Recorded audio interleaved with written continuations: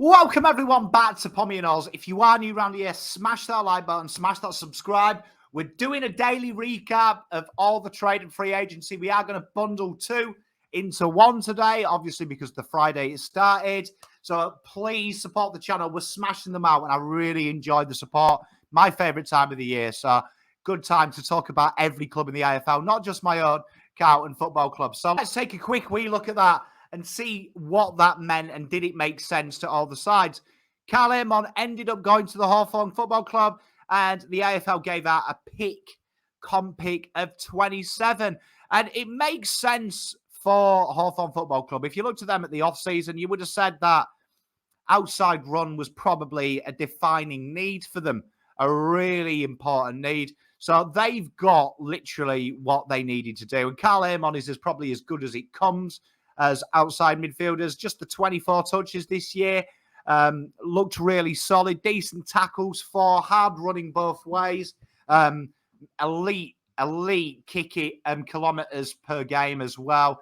He is an absolute real live wire force and probably, in my opinion, one of the best three wingers in the AFL. And we know how important that is. So he's incredibly strong. When we look at someone like Port, 27 is probably a really tasty pick for them, if we're all honest. It's an incredibly good pick in this type of draft. Obviously, they do have the monopoly on where the AFL is as a list of what South Australians are there. They're very smart when it comes to that. And there's some real great players that they could be looking there in that area. Like, players like Jackson Bings will be around there. Ollie Houghton potentially. Even Mitch Salbowski could be around there. And they could even go with Harry Barnett, which if you look at Port Adelaide, you would say a ruck would be pretty good for them. Just like that little backup ruck, a little project who could maybe go forward. But for me, fair deal all around. About fair as well. Good deal. And then we have this one. This one is probably one of the more intriguing deals. Bobby Hill found his way to Collingwood. GWS giving up pick 40 and Bobby Hill getting 43 in next year's second back. So pretty fair, pretty similar deal. I don't mind this. I would say on potential it's unders. On fact, it's probably a little bit overs. But Bobby Hill is exactly what, if you look at the Magpies, what they need. I think they need another elusive, sleuthy type small forward to go with. Obviously, the fantastic Ginnivan. We've seen how great he's been this year. But also to complement Bo McCreary, who's more that defensive-sided player. And we know Jamie Elliott floats through there and he's supreme. I think just having that extra option, and this guy is a point of difference for Collingwood. Incredibly quick. Very smart ball below his feet.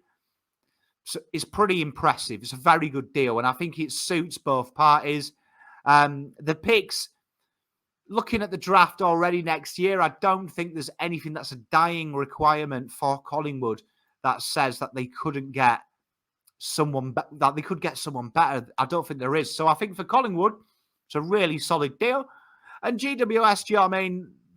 They like playing around with the picks, don't they? And you look this year as well for them, pick 43. It's not exciting by any means, but there's players like Taj Campbell-Farrell and later picks like that they could be looking at GWS. And even that pick 40 says to me that they've got their eye on someone probably at the end of that second round, start of the third round, that they think is missed. So look out for what Collingwood do with that pick. Either that's a top-up for another deal or they've got their eye on one of the later talents. So that'd be really intriguing. So that's going to be one of them ones that, if I'm a Collingwood fan, kind of excited why they've got 40, why they've chosen to go up 3. Because looking at that, you could just do the future second. There's a little reason there, and I think that they've got a little cunning plan, as Baldrick said. This is probably the big deal of the trade period, without a doubt. GWS sending Tim Taranto and getting 12 and 19 in return. Is Taranto what Richmond need? Definitely. I think that they do need some more midfield depth, and definitely Tim Taranto with his ability to slot across high half forward makes total sense for them. And I think this is a really It's a weird one, this, because I look at this one. I don't know if it's unders or it's fair. Do you know what I mean? Do you ever look at them ones and you don't? I mean, players that they could be looking here for GWS, there's obvious choices, if you know what I mean. There's choices that kind of ring out in that draft that they may be looking for. Because by my count, I think GWS in this trade window are probably looking for tall forward depth and probably looking for squad building type players. Elijah Hewitt slots straight in because he could be that Tim Taranto type player, very damaging front of centre. So if they pick him up, although he's not the level of Tim Taranto now, it could be. Braden George could ring a bell. Jacob Constanti could ring a bell for them. Mitch Salbowski could ring a bell. Ollie Houghton, all these players. So they're going to get some very good depth talent in. Taranto's walk-up start for Richmond, and really exciting. I think that combination for a Richmond fan of Taranto, Prestia and Martin with Cochin and co is quite exciting, and he's a very, very crafty footballer.